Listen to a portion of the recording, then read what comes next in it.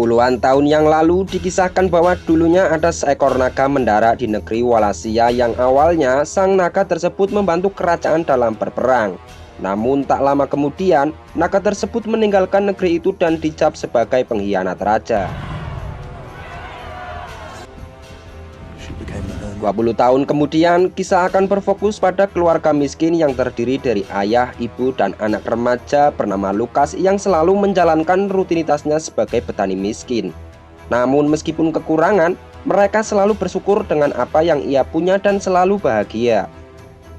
Sebagai anak laki-laki petani, Lukas selalu membantu orang tuanya untuk membajak tanah dengan kedua sapinya.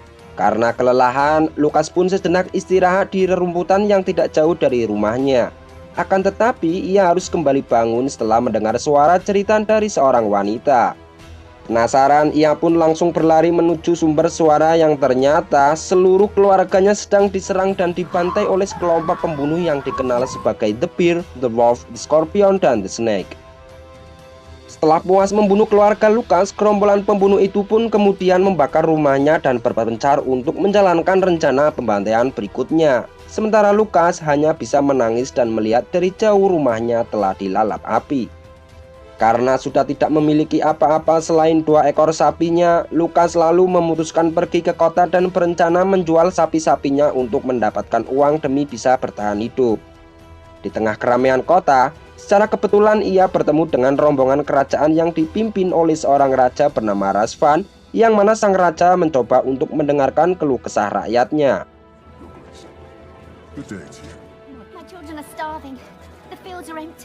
Melihat kesempatan ini, Lukas pun menyampaikan dan meminta keadilan dari Raja Razvan atas peristiwa yang baru saja dia alami. Namun alih-alih mendapatkan keadilan, ia justru diabaikan oleh sang raja dan diusir oleh pengawal kerajaan. Kecewa dengan sang raja, Lukas lalu memutuskan kalau beberapa hasil dari penjualan sapinya akan ia gunakan untuk menyewa pembunuh bayaran demi bisa membalaskan dendam kematian keluarganya. You don't happen to know where the beer hall is, do you? Setelah mendapatkan bayaran dari sapinya yang terjual, Lukas lalu pergi ke sebuah bar dan berkata bahwa dia sedang mencari seorang pembunuh. Yang tak lama setelah dia menanyakan hal ini, seseorang bernama Darius datang dan menawarkan jasanya sebagai pembunuh bayaran.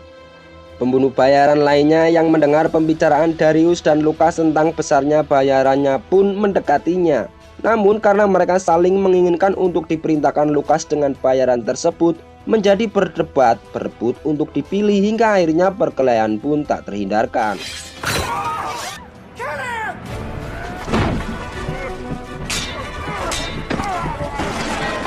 Lukas yang bingung akan hal ini lebih memilih kabur dan masuk ke sebuah rumah yang ternyata milik seorang ahli pandai besi terkenal di kota, di mana Lukas lalu menceritakan semua masalah yang menimpa keluarganya. Untuk itu, dia membutuhkan pedang dari si pandai besi dan akan membayarnya lebih di suatu hari nanti karena saat ini dia tidak punya uang sama sekali. Si master pandai besi pun mempercayai dan memberinya pedang, lalu menasihati bahwa Lukas harus menemui seekor naga legendaris yang bersarang di perbukitan tinggi untuk meminta bantuan. Don't do this alone, son. The dragon. Maybe it could help you. Pada awalnya, Lukas tidak percaya apa yang dikatakannya. Akan tetapi karena dia tidak tahu bagaimana lagi untuk membalas dendam, Lukas pun mau tidak mau memulai pencariannya untuk menemukan seekor naga legendaris yang dimaksud. Selama perjalanannya, dia bertanya kepada penduduk setempat tentang sarang naga legendaris tersebut. Namun alih-alih mendapat petunjuk, orang-orang yang ia temui justru memukulinya karena mengira kalau Lukas adalah orang gila. Tanpa putus asa, Lukas terus melanjutkan perjalanannya hingga akhirnya mendapat petunjuk dari seorang pemburu misterius yang mana itu mengarahkan ke sebuah tempat aneh di mana terdapat gua bersalju di tengah hutan meskipun belum memasuki musim dingin. Lukas pun memasuki gua yang di dalamnya sangat luas. Dia berdiri di satu ruangan lalu menabur benih untuk memanggil keluar naga sesuai petunjuk sang pandai besi. Akan tetapi, karena tidak muncul, dia menyuruh dengan lantang agar naga itu segera keluar. Seketika, seekor naga besar itu pun berjalan mendekatinya. Saat itulah Lukas memberitahu naga itu tentang apa yang terjadi padanya. Namun, alih-alih membantu Lukas, sang naga malah mencoba menyerang dan menggertaknya. Naga itu bernama Sifet, yaitu naga betina yang tidak seperti naga lain yang dikenal bisa menyemburkan api dari mulutnya, melainkan Sifet bisa menyemburkan es dari mulutnya yang bisa membekukan apapun. Setelah perkenalan Sifet, Lukas kembali bercerita tentang apa yang dia inginkan, bahwa dirinya ingin membalaskan dendam kematian keluarganya. Akan tetapi Sifet menolak untuk memberi bantuan apapun atas nama balas dendam dan malah menceramai Lukas karena menurutnya balas dendam hanya akan membawa Lukas ke dalam bahaya dan kematian. Mendengar jawaban Sifet yang mengecewakan, Lukas lalu meninggalkan gua dan keluar dari sarang Sifet. Lukas kemudian melanjutkan perjalanannya hingga malam pun tiba. Ia memutuskan untuk beristirahat setelah perjalanan panjang yang ia lalui. Keesokan harinya, Lukas terbangun karena dikejutkan oleh seekor kuda putih yang membangunkannya tepat di depannya, yang sepertinya bersedia menemani Lukas untuk melanjutkan perjalanannya. Selama perjalanan, ia kembali bertemu dengan Darius yang waktu itu menawarkan jasanya sebagai pembunuh bayaran. Sambil melanjutkan perjalanannya bersama Darius, Lukas menceritakan apa yang dialaminya selama hidupnya. Darius ternyata mengetahui tentang kelompok pembunuh bayaran yang telah membantai keluarganya. Dia kemudian memberitahu Lukas bahwa kelompok pembunuh itu berpencar sesuai dengan arah mata angin. Salah satu anggota kelompok pembunuh bernama The Bear akan menuju ke sarangnya di Broken Lands, yang merupakan arah perjalanan mereka, yaitu ke utara. Untuk menangkap The Bear, Lukas dan Darius yang ingin membantunya menyusun strategi karena kemungkinan besar The Bear akan datang dengan bawahan yang telah direkrutnya. Sesampainya Lukas dan Darius di Broken Lands, mereka terlebih dahulu mengawasi aktivitas The Bear dan gengnya. Dan kuda putih yang telah menemani mereka sejak awal tiba-tiba berubah menjadi naga putih yang tidak lain adalah Sifet. Sifet rupanya berubah pikiran dan ingin membantu Lukas. Akan tetapi Darius justru tidak senang dan memberitahu pada Lukas bahwa Sifet sebelumnya menolak untuk membantu kerajaan ketika kerajaan membutuhkannya, sehingga kerajaan mencap Sifet sebagai pengkhianat. Ketidaksukaan Darius terhadap kehadiran Sifet membuat Lukas dalam posisi yang sulit, karena Darius meminta Lukas untuk memilih antara dirinya atau Sifet. Lukas menyatakan bahwa dia membutuhkan Darius dan Sifet untuk membantunya. Tetapi Darius yang tidak setuju dengan ini kemudian meninggalkannya karena Lukas tidak ingin meninggalkan Sifet. Waktu berlalu dan tanpa disadari, keberadaan Lukas telah diketahui oleh The Bear dan komplotannya yang langsung mengejarnya. Sampai akhirnya Sifet datang untuk menghadapi geng The Bear. Saat itulah Lukas terus berusaha melarikan diri. Namun The Bear terus mengejarnya di saat Sifet sibuk mengurus anak buah The Bear. The Bear berhasil menangkapnya dan berulang kali mempermainkan Lukas dengan memutar tubuhnya, sampai-sampai pada akhirnya sabuk Lukas yang digunakan oleh The Bear untuk mengangkat tubuh Lukas putus, dan beruntungnya The Bear jatuh ke jurang dan mati.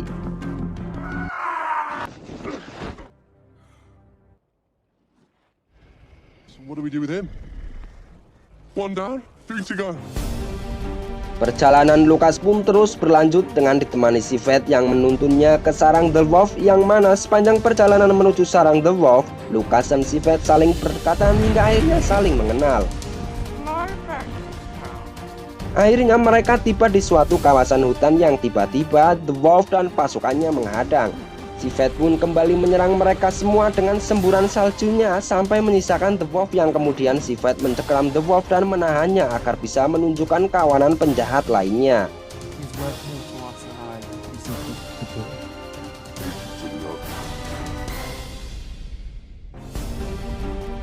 Perjalanan pun terus berlanjut, di mana mereka menuju ke sarang The Snake mengikuti arahan The Wolf.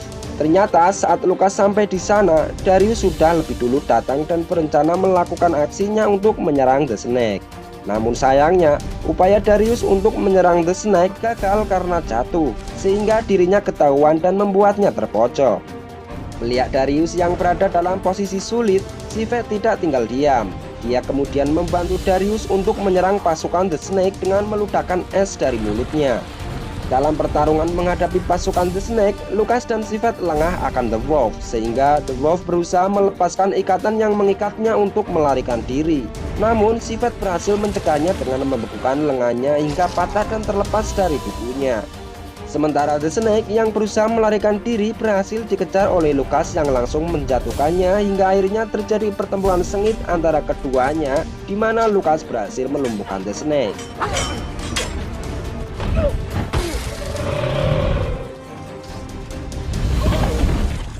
Malam harinya, Lucas menginterogasi The Snake tentang keberadaan The Scorpion.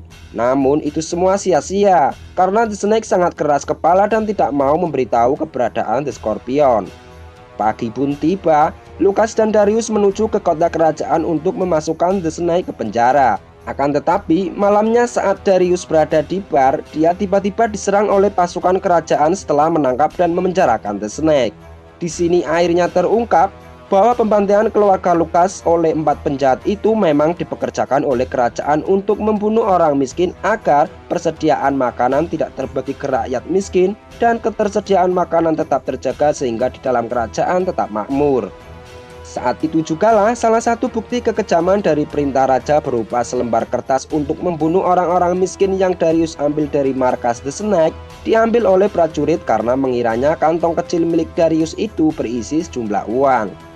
Tak lama setelah raja dan pasukannya pergi, The Scorpion diam-diam datang ke penjara lalu membebaskan The Snake. Lucas dan Darius yang mengetahuinya kemudian berusaha mengejar jejak The Snake dan The Scorpion yang kabur dari penjara hingga tak terasa perjalanan mereka sampai di kawasan Besarju. Tanpa diduga, tiba-tiba mereka disergap sebuah serangan yang dilakukan oleh sekelompok orang. Darius lalu meminta Lucas untuk segera kembali ke kota menggunakan kuda. Namun saat Lucas berlari ke kudanya, Scorpion menghadangnya yang langsung menyengat Lucas dengan tongkatnya. Di satu sisi, Darius yang berhasil menghabisi pasukan Scorpion satu persatu, pertarungan tidak berhenti sampai di sini, karena saatnya dia harus menghadapi The Scorpion secara duel. Sementara Lucas yang sudah terluka diserahkan kepada The Snake. Pada saat yang sama di kota kerajaan, Sifet menyamar sebagai kucing untuk merebut kembali bukti kekejaman Raja Razvan dari seorang prajurit yang tempo hari mengambil bukti selembar kertas dari Darius. Saat hampir berhasil untuk mengambil bukti dari kekejaman Raja Razvan, Sifet mendapat penglihatan melalui mata Darius bahwa Lucas dalam keadaan darurat, sehingga Sifet pun kembali berubah menjadi naga dan bergegas terbang untuk membantu Lucas dan Darius. Sementara Darius yang masih bertarung dengan The Scorpion akhirnya bisa melemparkan tongkat beracun Scorpion meskipun keadaannya terpojok. Namun perlawanan dari Scorpion tak terelakkan hingga keduanya jatuh ke dalam air. Darius yang terus berusaha mati-matian melawan dan tak mau mati di tangan The Scorpion mencabut anak panah yang menancap di tubuhnya lalu menusukkan ke leher The Scorpion yang pada akhirnya Darius berhasil memenangkan pertarungan ini. Tak lama kemudian, Sifet tiba di lokasi pertarungan. Dia melihat Lucas sudah dalam kondisi babak belur karena diserang oleh The Snake. Sehingga tanpa pikir lagi, Sifet yang sangat marah langsung membunuh The Snake. Setelah membunuh The Snake, Sifet bergegas membawa Lucas terbang melewati gelapnya malam ke sebuah tempat pengobatan seorang wanita bernama Oana bekerja. Ternyata, Oana adalah seorang gadis pertama yang ia sukai ketika pertama kali Lucas tiba di kota. Setelah keadaan Lucas semakin membaik, keduanya saling jalan bareng dan terlihat bahagia. Namun ketika momen-momen tersebut belum lama mereka rasakan, Raja Razvan dan pasukannya yang diikuti oleh warganya datang ke tempat Lucas dan Sifet berada, di mana kedatangan sang raja dan rakyatnya bertujuan untuk mengusir Sifet karena dianggap sebagai pengkhianat kerajaan. Di sini para warga pun setuju dan mendukung Raja Razvan untuk mengusir naga tersebut.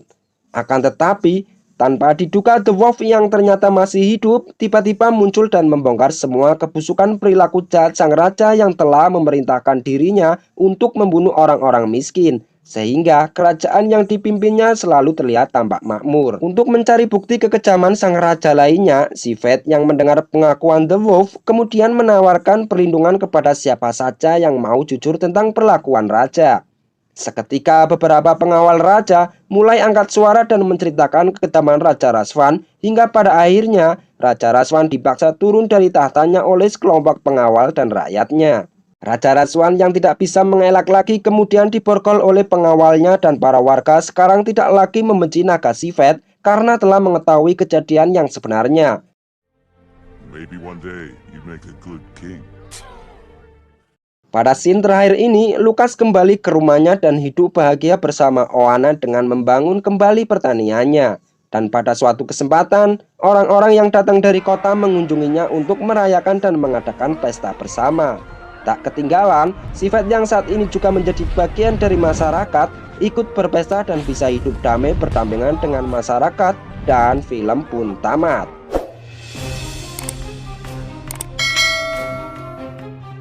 Menegakkan keadilan membutuhkan kekuatan untuk mengatasi hambatan yang harus dihadapi. Namun kendala tersebut tidak harus dilalui sendirian. Seperti halnya sapu lidi satu batang akan mudah dipatahkan, akan tetapi jika satu lidi tersebut dikumpulkan dan menjadi banyak, itu akan sulit untuk dipatahkan. Itulah kekuatan. Bersatu kita teguh, bercerai kita runtuh.